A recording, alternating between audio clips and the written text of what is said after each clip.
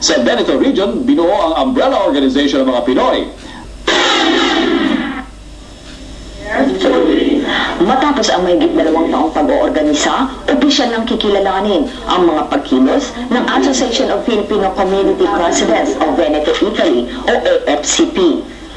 Pinangunahan ni Consul General Lourdes Tapamo ang panunumpa sa tungkulin ng mga opisyal na bumubuo sa umbrella organization ng mga Pinoy sa Verona, Vicenza, Padova, Venezia at Treviso. Iba-iba kayong personalities, pero ang palagi niyong iisipin ay yung unity ninyo at saka kung anong maibibigay ninyo sa ating mga kababayan.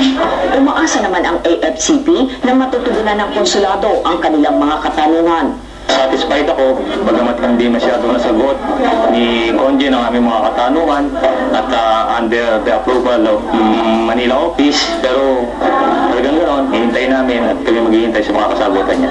Nakahanin na ang mga programa para sa mga OFW, hindi lamang sa Rion, kundi maging sa mga karatig na lugar. Para sa Balitang Europe, Zita Baron, Padova, Italy.